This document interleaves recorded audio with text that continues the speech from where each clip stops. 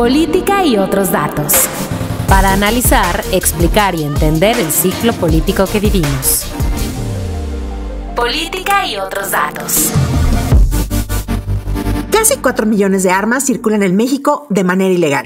Y cada año se suman 200,000 que vienen directo de Estados Unidos. Las cifras no solo se escuchan demoledoras, lo son, porque la mayoría de ellas alimenta al crimen organizado en México. Muchas de estas armas son protagonistas en los más de 70 homicidios que se cometen todos los días en el país, en el escenario de la disputa por territorios entre cárteles, pero también en contra de policías, civiles, activistas y periodistas. Se están agarrando a balazos. Tírate. Al cierre del periodo ordinario de sesiones, el Congreso aprobó una reforma a la Ley Federal de Armas de Fuego y Explosivos que cambia más del 65% de su contenido. Aprobado en lo general y en lo particular por 476 votos. El proyecto de decreto por el que se reforman, adicionan y derogan diversas disposiciones de la Ley Federal de Armas de Fuego y Explosivo. ¿Podrá esta ley hacer frente a la violencia armada que hay en el país? Soy Mariel Ibarra, es jueves 8 de mayo del 2025 y de esto vamos a platicar hoy en Política y otros datos.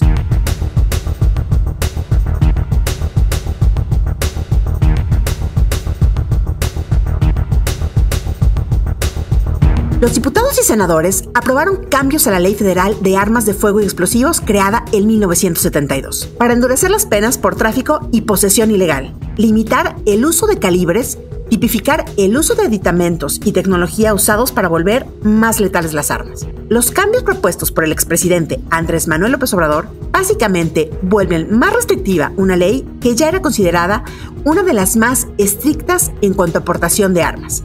Pero la pregunta es, ¿de qué ha servido tener estas restricciones en un país donde la disponibilidad de armas está a la vuelta de mensajes de WhatsApp? Si sabes llegar a los grupos correctos, ahí están.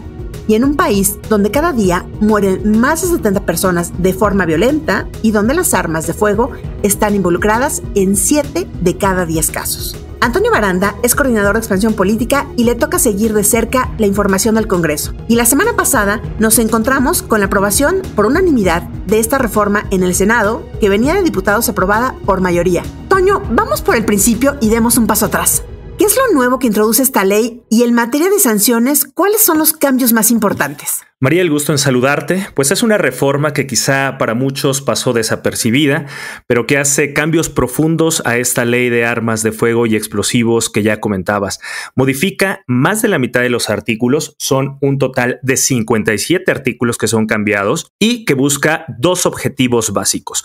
Por un lado está fortalecer la regulación y el control de las armas de fuego y explosivos y por otro actualizar esta normatividad en la materia a partir de las nuevas tecnologías que están presentes hoy en día.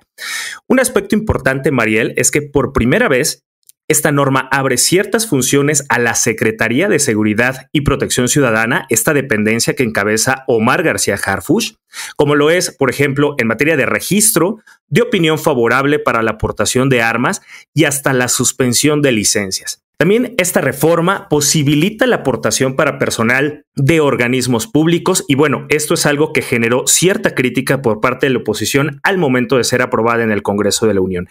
En resumen, Mariel, es lo que podríamos llamar una nueva ley de armas que deriva de una iniciativa de López Obrador, sí con más prohibición, sí con más penas, pero también que abre un primer elemento de carácter civil en materia de regulación en este sector. Entre sus principales aportaciones destacan, primero, el fortalecimiento del control estatal a través del Registro Federal de Armas de Fuego y Control de Explosivos a cargo exclusivo de la Secretaría de la Defensa Nacional.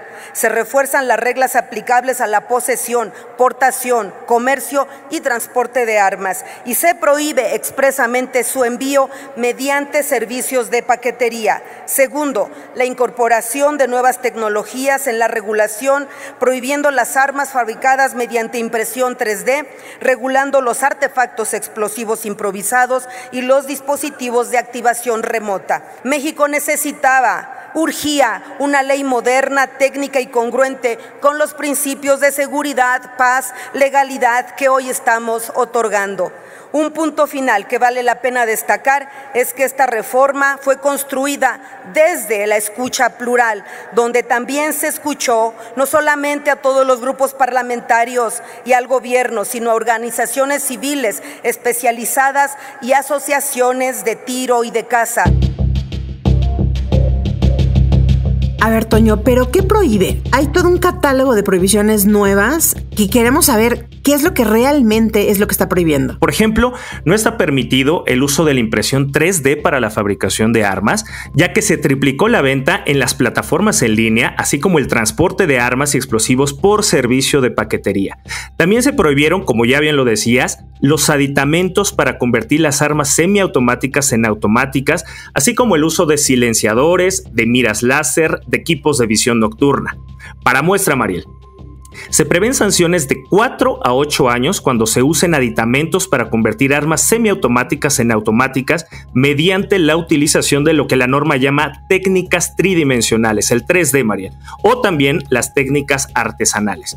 Asimismo, se prevén sanciones de 5 a 10 años a quienes utilicen vehículos blindados no autorizados y fabriquen explosivos improvisados. Otras sanciones son de 4 a 10 años de prisión a las personas que fabriquen, ensamblen o blinden de forma profesional o artesanal estos vehículos que, bueno, los hemos visto que los utilizan las organizaciones del crimen organizado, particularmente lo hemos visto en el estado de Michoacán y Tamaulipas. Además, la prohibición de ciertos calibres como el .357 debido a su alta letalidad. Híjole, Toño, pues yo la sigo viendo con sanciones muy bajas, digo, para todo el terror, para toda la violencia que generan pues ciertas armas en México, pero a ver, estamos hablando de que esta ley va ya en contra de la fabricación de estas camionetas modificadas, blindadas que vemos por la Sierra de Sinaloa, por Michoacán, Guerrero, Tamaulipas, los llamados monstruos y, por ejemplo, también el uso de drones que vemos, pues estas guerras que se libran en la sierra entre los cárteles usando drones explosivos. Se trata de, digamos que limitar el uso de esto. Lo que se está regulando y prohibiendo son los dispositivos de activación remota como los drones y también lo que la reforma llama los artefactos explosivos improvisados.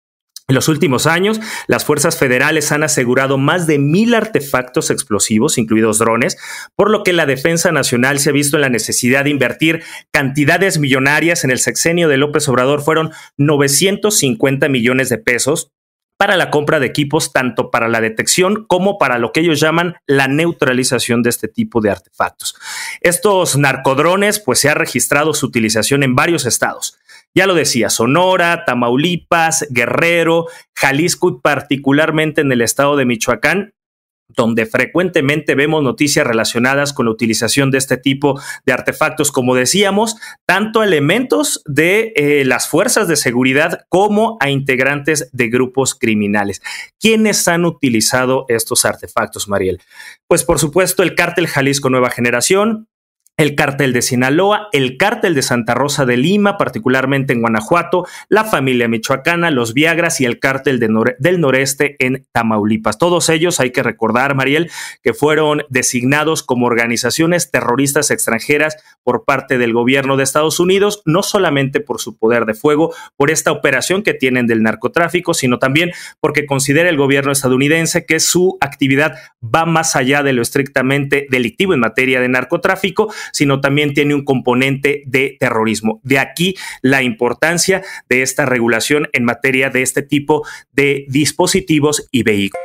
Ya lo pondremos en voz de analistas, Toño, pero yo sigo pensando en que se me hace todavía muy pocos años de sanciones. Ya nos dirás tú cómo se establecen, porque estamos hablando, por ejemplo, que de 7 a 30 años a quien participe en la introducción del territorio de forma ilícita de aditamentos, ya lo decías tú, silenciadores, mirillas, todo esto que utilizan para poder ver incluso en la noche. Pero ¿qué otras sanciones importantes se están incluyendo en esta ley? Hay otro tipo de sanciones como son, por ejemplo, de 4 a 8 años a quien emplee o distribuya armas ilícitamente en el país, también de 7 a 15 años a quien posea armas destinadas a las instituciones policiales y de 7 a 30 años a quien participe en la introducción al territorio nacional de forma ilícita de aditamentos y armas de uso exclusivo del ejército.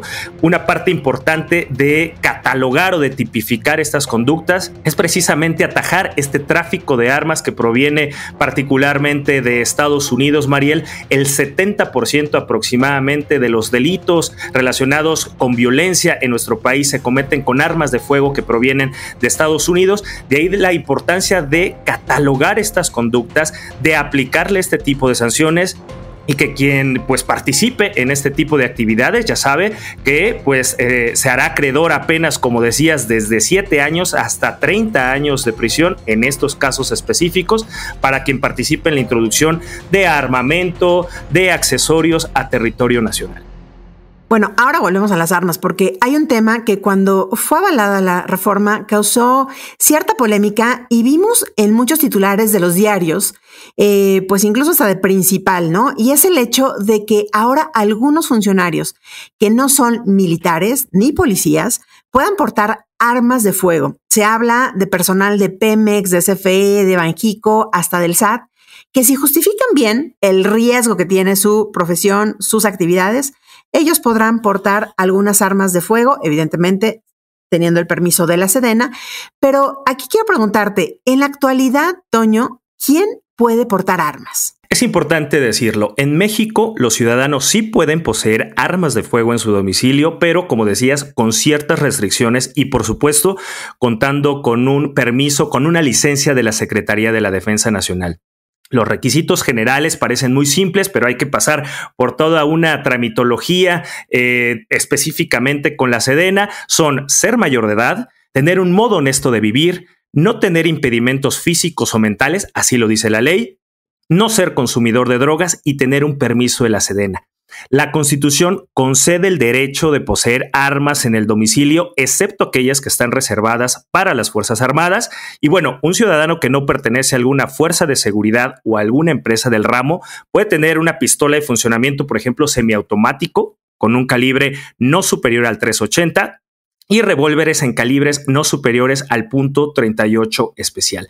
También hay que decirlo, están autorizadas las armas de fuego para ejidatarios, para comuneros, para jornaleros, para deportistas de tiro y además para las personas que practican la cacería. Eso sí, Mariel, y creo que es importante aclarar porque quizá para muchas personas es un tema confuso, la ley prohíbe que se pueda portar un arma de fuego en la calle, en el auto o tenerla en el negocio. Aclarar. Se pueden tener armas de fuego registradas ante la Sedena, pero solamente en el domicilio.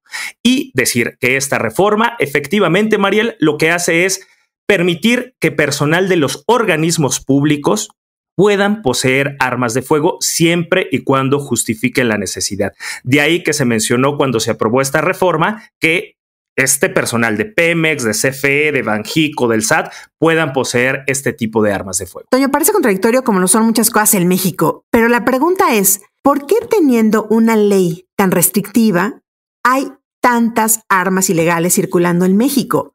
Se lo preguntaremos a un par de expertos más adelante, pero por lo pronto aquí van unos datos.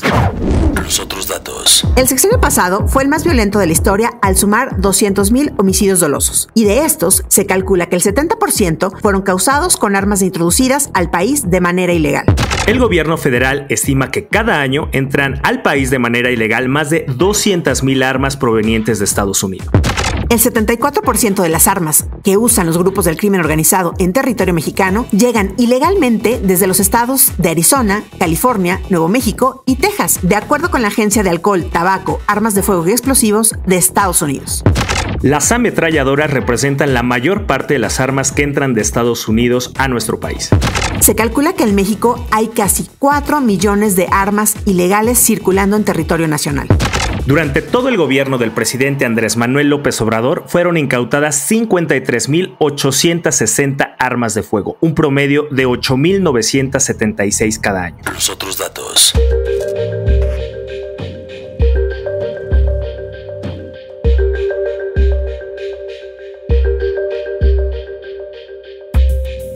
La realidad es un balde de agua fría frente a la ley y me parece, Toño, que es aquí donde están algunas de las polémicas para algunas personas que cuestionan que a funcionarios se les deje portar armas y a los civiles pues les sea tan difícil comprar un arma de manera legal para defenderse en el país. Y esto me hace recordar que en años pasados ya había habido varios intentos de legisladores para cambiar el marco legal y que se cambie la política de control de armas en México. En el 2016, no sé si recuerdas, Toño, el entonces senador del PAN, José Luis Preciado, presentó una iniciativa para portar armas justamente en vehículos y negocios. Y la misma propuesta la revivió en 2023 cuando intentó buscar la candidatura a la presidencia por el Frente Amplio por México. Que las personas pueden portar arma para su legítima defensa, pero solo en sus casas. Fuera de sus casas, ellos no pueden de ninguna forma portar un arma, salvo que tuvieran algún permiso especial por parte de la Secretaría de la Defensa.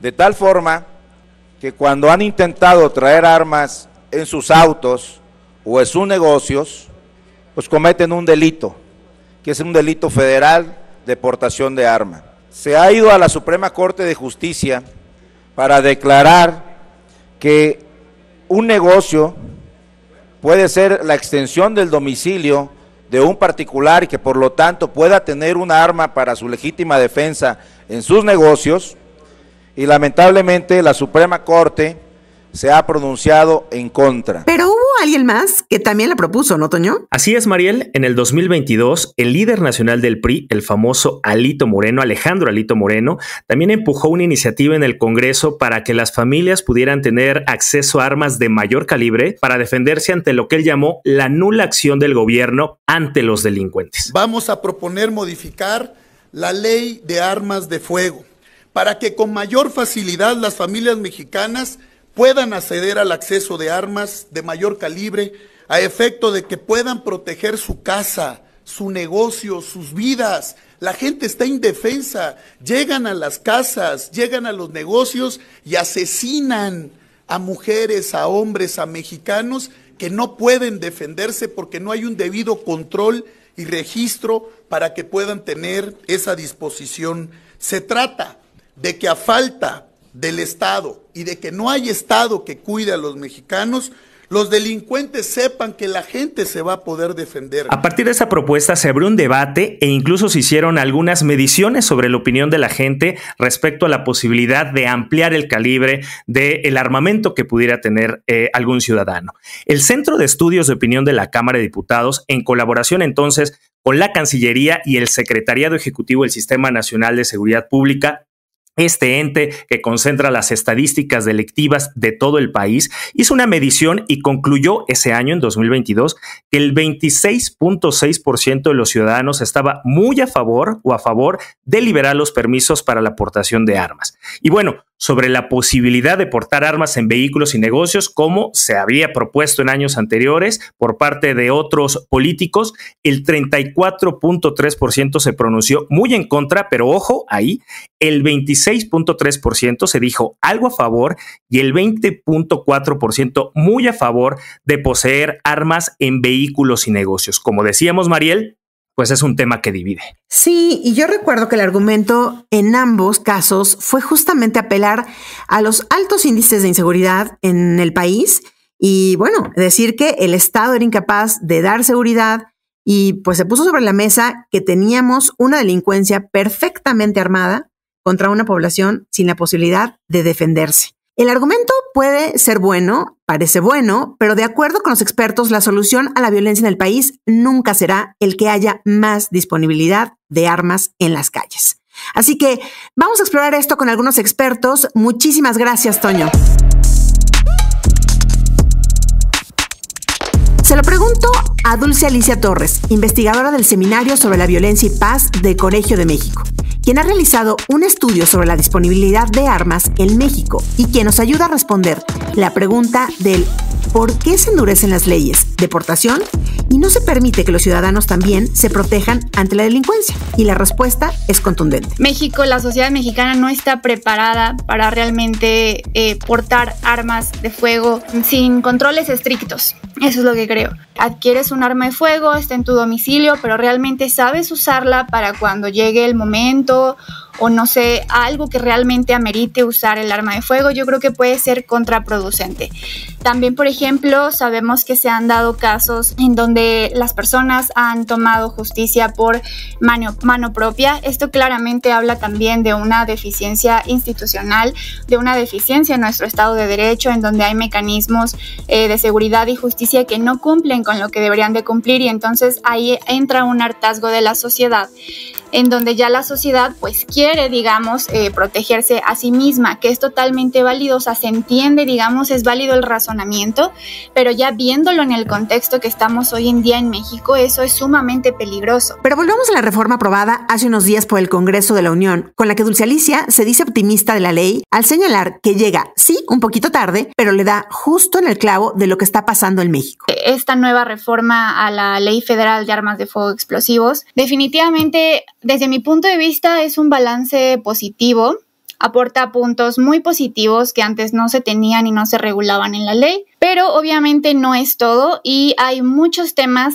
que quedan pendientes para poder realmente controlar el flujo de las armas de fuego, sobre todo ilícitas. Pues se prohíbe la fabricación en 3D, se prohíben las compras por internet, y lo que ahora está muy en uso por miembros del crimen organizado, que son, por ejemplo, estos aditamentos que en realidad son muy, muy pequeños, o sea, artefactos muy pequeños que pueden convertir, que tienen la posibilidad de convertir un arma de fuego semiautomática a una automática. Entonces, en una automática, nada más de que presionas el gatillo una sola vez, y con esa vez es suficiente para que el arma dispare una ráfaga de balas hasta que se termine por completo el cartucho, ¿no? Entonces, creo que llega justo en este momento indicado.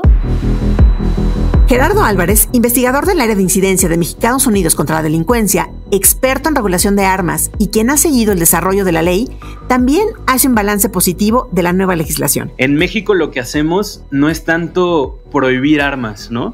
Lo que hacemos es definir que un arma es de uso exclusivo de las Fuerzas Armadas y por lo tanto es inalcanzable para un civil, ¿no? Entonces, no es que el arma esté prohibida, está prohibida, pero no lo decimos como tal, sino que lo ponemos en manos de las Fuerzas Armadas y como tal fuera de las manos civiles. Y por último se añade una cláusula abierta a este catálogo que básicamente dice que cualquier artefacto, componente, mecanismo que supere, ¿no?, la capacidad de fuego de las Fuerzas Armadas se convierte como tal en un arma de uso exclusivo del ejército y en consecuencia un arma prohibida de uso civil. Para Álvarez, quien justamente en días pasados estuvo en un foro en Viena hablando de regulación de armas, otro aspecto positivo de la ley son los cambios relacionados con la vigencia de las licencias de portación, pues esto le pone más control y vigilancia. Actualmente una licencia de portación, por ejemplo, de una persona para la defensa de su domicilio,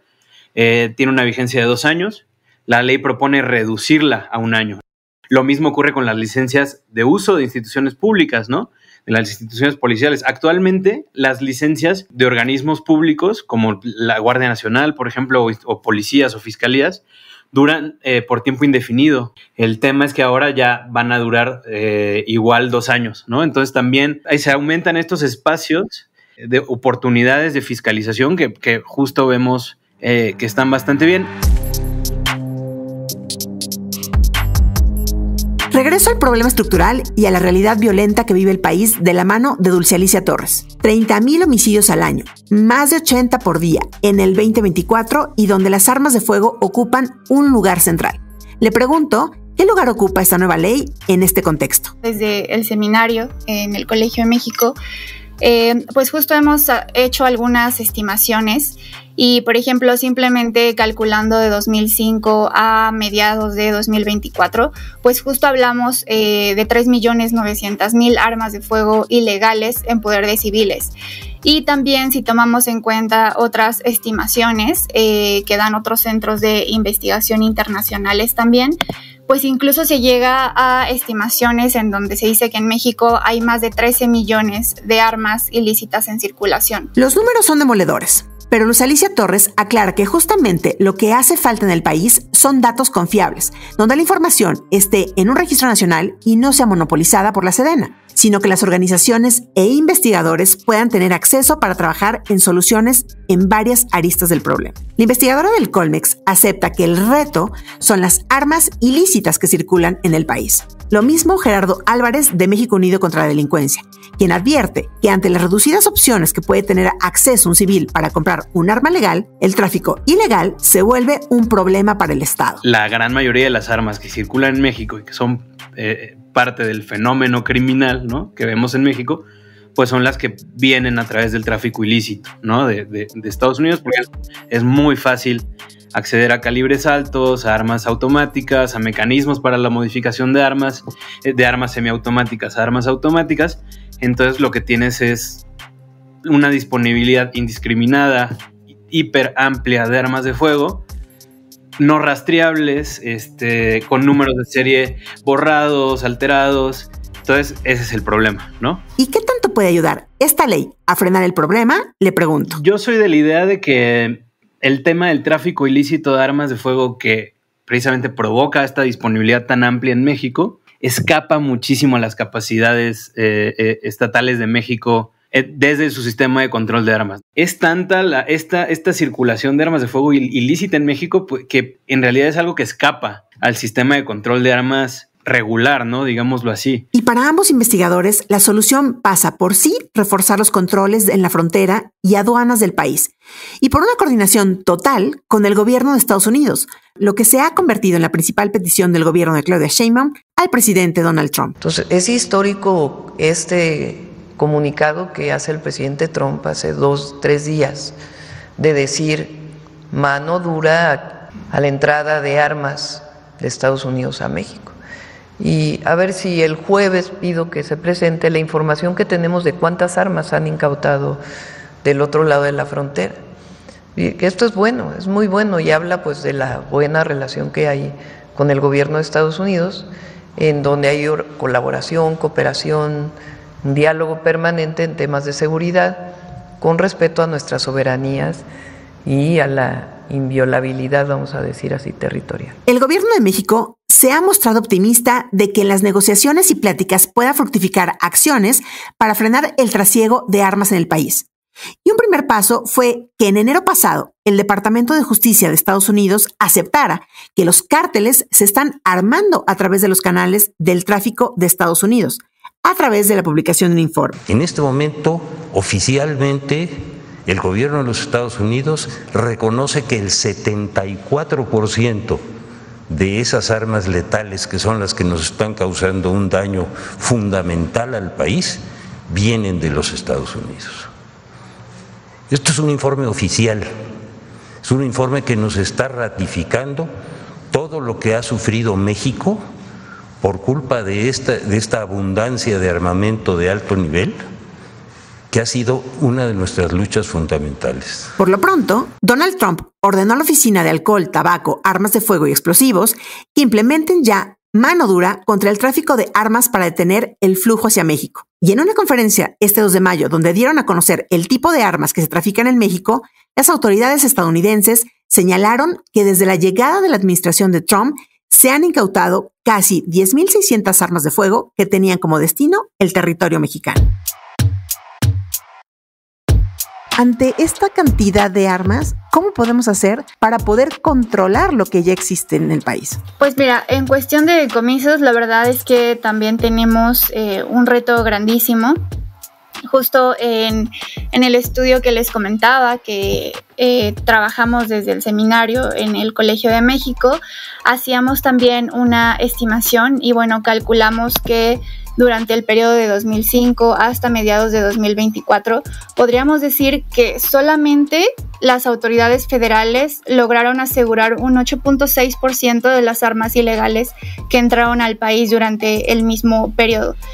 Entonces, eso significa que casi un 92% de las armas ilegales en México no logran ser aseguradas por las autoridades federales. Para Gerardo Álvarez, el panorama con Donald Trump es muy complicado en materia de tráfico de armas. Por eso señala que organizaciones de la sociedad civil han empezado a trabajar con instituciones de Estados Unidos para hacer un cambio en el discurso. Por ejemplo, estamos impulsando una ley que se llama Stop Arming Cartels Act en Estados Unidos. Tiene buen apoyo demócrata y la idea es: ok, ciudadano promedio de Estados Unidos, no estamos queriendo quitarte tus armas, queremos quitarle las calibres 50, los rifles de asalto, que son los que usan los cárteles en México, que luego mandan la droga al norte, ¿no? Ese es como el framing de la campaña. Ese tipo de cosas yo siento que son las que van a terminar ayudando en este tema, ¿no? Pero ambos investigadores destacan la importancia de que el gobierno de México haya presentado en 2021 una demanda en contra de 11 empresas fabricantes y distribuidoras de armas en los Estados Unidos por prácticas negligentes y ser corresponsables del tráfico ilegal hacia México. El proceso sigue avanzando y se prevé que la Suprema Corte de ese país emita su decisión a finales del segundo trimestre de este 2025. Yo creo que loable y valiente, o sea, enfrentarte ante una industria tan poderosa en las cortes de ellos, pues es, yo creo que bastante valiente del equipo de la Cancillería. El punto está ahí. La mayoría de las armas que se usan en delitos en México no son legales, no fueron compradas en la Sedena y no están registradas. La mayoría entraron por algún punto de los 3,000 kilómetros de la frontera que hay entre México y Estados Unidos, escondidas entre los miles de autos y cargamento que todos los días cruzan en ambos países de la frontera.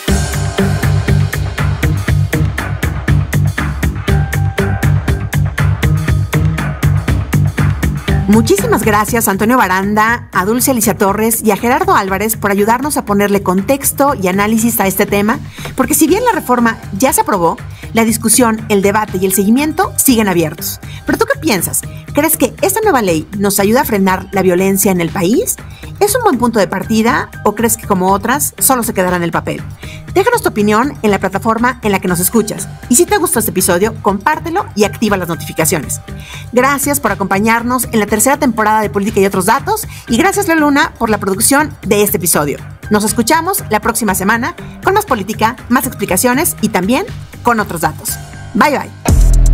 Toda la información, detalles y seguimiento de los personajes políticos de México y el mundo en política.expansión.mx. Política y Otros Datos es un podcast de Expansión.